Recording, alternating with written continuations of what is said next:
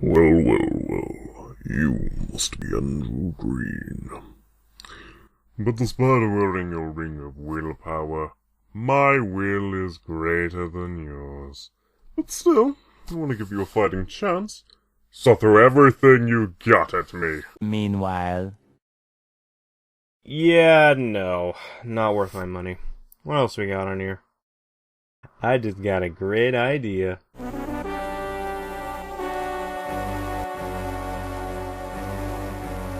The Dark Knight Returns Part 1 is an animated adaptation of the first two issues for the graphic novel The Dark Knight Returns, directed by Jay Olivia and produced by Bruce Timm, who was also responsible for animating most of the DC animated shows released in the 90s and early 2000s. Now, despite this being an animated adaptation, I won't be talking that much about the changes made from the comic to the film in this review, largely because it would take too long to cover it all, and because I want to see if this film can still be good for those who never read the original story. Speaking of which, the story of this film takes place in the far distant future, where after the death of Jason Todd, the second Robin, Bruce Wayne had retired from being the Batman.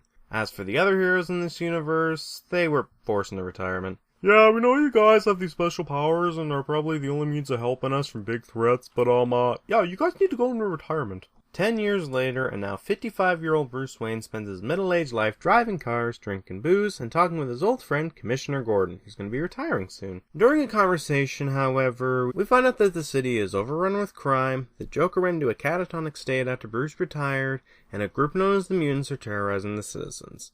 On top of that, after Harvey Dent got plastic surgery and psychological treatment to help repair his sanity and face, he goes into hiding not too long afterwards. So with the mutants killing people, Harvey Dent going missing, and the memories of his parents lurking in his mind, Bruce decides to come out of retirement and become the Batman once again. But while Batman is doing that, we also get introduced to several newscasters who have differing opinions on Batman's return, and we also get introduced to Carrie Kelly, who decides to become a hero after becoming inspired by Batman, and eventually does become Robin after Bruce's fight against the mutants later. Another character we get to meet, however, is Commissioner Gordon's replacement, Ellen Yindel, who doesn't like Batman and wants to bring him to justice. In the end, though, Batman defeats the leader of the mutants, splitting the group into several small factions, and after hearing about Bruce's actions, the Joker is brought out of his catatonic state.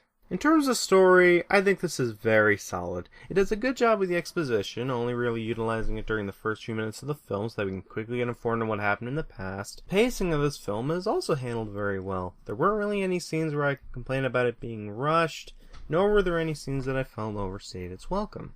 Another thing I liked about this film is the characters. I like Bruce's journey to becoming Batman again, as well as his attempts at stopping the mutants, while also showing us Bruce's weaknesses. I liked his chemistry with Commissioner Gordon, who I also liked in this film. I liked Harvey Dent, and also found his return to becoming Two-Face to be pretty sad after seeing him get that help earlier on in the film. There weren't really a lot of characters I hated in this one, save for maybe some of the bad guys. That was because they were pretty bland. Aside from that, the characters were pretty solid, especially Carrie Kelly. This one was probably my second favorite character of this film. She has an interesting personality, she kicks a lot of ass, she's pretty smart at points, and I also liked her journey to becoming Robin. But that's it for characters. Animation-wise, this also looks really good.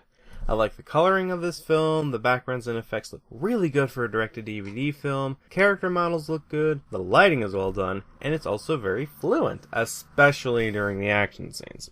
The music in this film, composed by Christopher Drake, is also very well done. Not only are they very fitting for the scenes they're used for, but it also has a nice variety of instruments used, and it also makes certain scenes more powerful than if that scene were to exist without the particular song, such as the scene where Bruce becomes Batman again. I also think that the voice actors turned in a very good performance. Some examples include Peter Weller, who plays Bruce Wayne in Batman, yes, this Peter Weller, Ariel Winter, who plays Carrie Kelly, Michael Emerson, who plays Joker in this film, even if he hardly talks, hell, Maria Canals-Barrera, the voice of Hawkgirl from the Justice League cartoon, voices Ellen Yindel. Damn, didn't think she'd come back to do a DC product. But that's about it.